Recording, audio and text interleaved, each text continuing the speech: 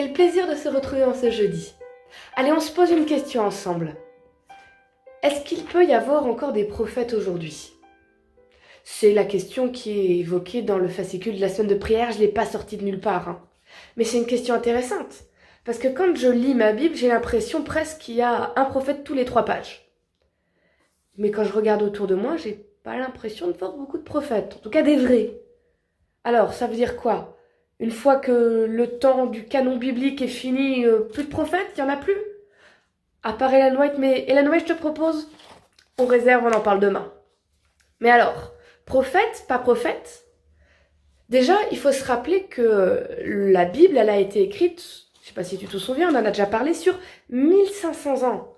Donc même si c'est des pages proches les unes des autres dans le livre, en siècle, il peut y avoir du temps qui est passé entre 2 prophètes. Et ensuite, et ça c'était vraiment intéressant que la semaine de prière propose le rappel, c'est qu'il y a plein de prophètes, on les cite dans la Bible, mais on n'a pas leurs écrits. Ça veut dire qu'il y en avait, mais ce qu'ils ont dit ne s'est pas forcément retrouvé dans la Bible. Il y a peut-être des raisons à ça.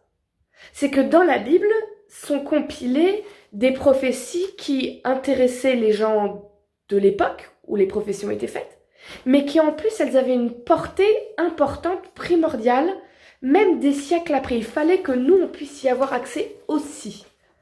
Peut-être qu'aujourd'hui il y a encore des gens qui peuvent recevoir des messages de la part de Dieu. Ça va pas forcément se retrouver dans la Bible, il y a peut-être pas besoin que les gens dans 100 ans, dans 200 ans, dans 400 ans en entendent parler. Il y a toutes sortes de prophéties. Il y a des prophéties qui ont été données pour des circonstances très particulières, très précises. Et j'ai presque envie de dire des circonstances privées. Dans ce cas-là, tout le monde n'a pas besoin d'en entendre parler. Ou alors, c'est des prophéties qui ont été faites pour un temps donné. Et à nouveau, il n'y a pas besoin que tout le monde le sache. Moi, je reste persuadée qu'il y a, et j'en ai entendu des gens qui reçoivent des messages de la part de Dieu, mais ce n'est pas forcément là des messages universels pour le monde entier. Ça pouvait être des messages adressés pour quelqu'un en particulier qu'il avait besoin d'entendre. Peut-être que ça t'est déjà arrivé, ou peut-être que même toi, tu l'as fait. Tu as déjà eu cette impression, tu sens au fond de toi, tu sens Dieu qui t'appelle, qui te dit « Il faut que tu contactes telle personne ». Ça peut faire 10 ans que tu l'as pas appelée. Si, cette personne-là, il faut que tu l'appelles aujourd'hui. Et quand tu l'appelles, tu lui dis quelque chose de particulier, tu sais même pas d'où ça vient, mais tu sens que c'est ces mots-là qu'il faut lui dire. Et la personne te dit, mais c'est incroyable, c'est la réponse à ma prière, j'avais tellement besoin d'entendre ça, il s'est passé tel événement. Alors j'aimerais te poser 2 questions.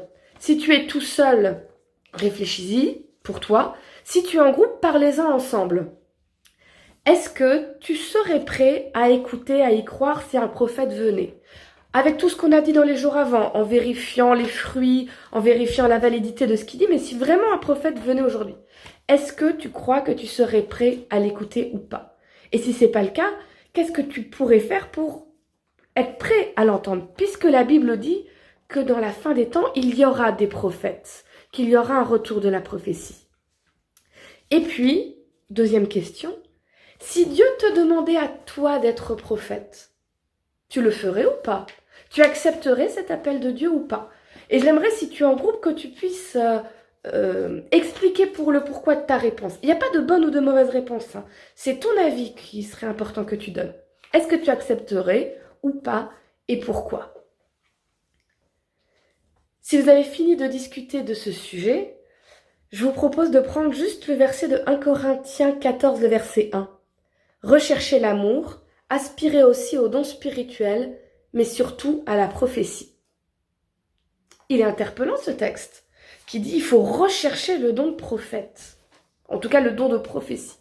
D'abord, je voudrais juste mettre un peu de contexte autour de ce texte-là.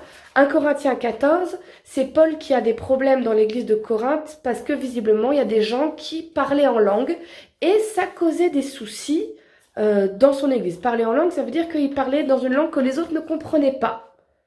Alors Paul, il est très sage, il dit pas c'est bien, c'est pas bien, il s'y attaque pas. Par contre, ce qu'il va dire tout au long d'un Corinthiens 14, c'est vous avez le don de parler en langue, c'est bien, mais ça ne sert à rien aux autres, faites ça chez vous. quand vous êtes ensemble, cherchez plutôt ce don de prophétie ou le don de prédication parce que si vous parlez en langue, vous ne faites du bien qu'à vous-même parce que personne ne comprend ce que vous dites. Alors que si vous avez le don de prophétie ou le don d'exhortation, vous faites du bien non seulement à vous-même, mais aux autres. Donc, c'était pas dans n'importe quel cadre qu'il a dit ça. Cherchez particulièrement le don de prophétie. Mais quand même, il l'a dit, et c'est intéressant. Alors, ma question, que j'aimerais que ou tu y réfléchis tout seul, ou que vous en discutiez ensemble, c'est celle-ci. Est-ce qu'on peut vouloir être prophète? Est-ce qu'on peut choisir, décider d'être prophète? À nouveau, argumentez entre vous, dites qu'est-ce que vous en pensez. Et que ce soit oui ou que ce soit non, à ton avis, qu'est-ce que Paul il a voulu dire vraiment quand il dit « chercher ce don de prophétie » Je relis le verset, donc 1 Corinthiens 14, 1. « Recherchez l'amour, aspirez aussi aux dons spirituels, mais surtout à la prophétie. » Voilà, j'espère que vous avez eu l'occasion de bien discuter. Je te propose maintenant un temps de prière pour demander à Dieu cette fameuse pluie de l'arrière-saison, celle qu'on attend, qu'on trouve dans les textes bibliques où on dit qu'il y a eu la pluie du début de saison, qui était au temps des apôtres, et qu'on attend cette pluie, ce Saint-Esprit qui reviendrait avec les dons spirituels, qui réapparaîtraient de façon forte. Alors je t'invite à ce temps de prière, tout simplement, incline la tête. Moi je vais prier, puis après, si tu es tout seul, prie dans ton cœur. Si vous êtes en groupe, faites un temps de prière entre vous. Seigneur, tu as promis dans ta parole une pluie de l'arrière-saison. Tu as promis que tu serais avec nous, particulièrement quand les choses deviendront difficiles. Aide-nous, Seigneur, à nous préparer à cela. Aide mon cœur, Seigneur, fais tomber les barrières qui pourraient m'empêcher de profiter de cette pluie. J'en ai besoin, ton Église en a besoin, nous en avons besoin. Que ton esprit soit avec nous et nous remplisse. Au nom de Jésus, Amen. Je te souhaite une très bonne soirée et que Dieu te bénisse. À demain!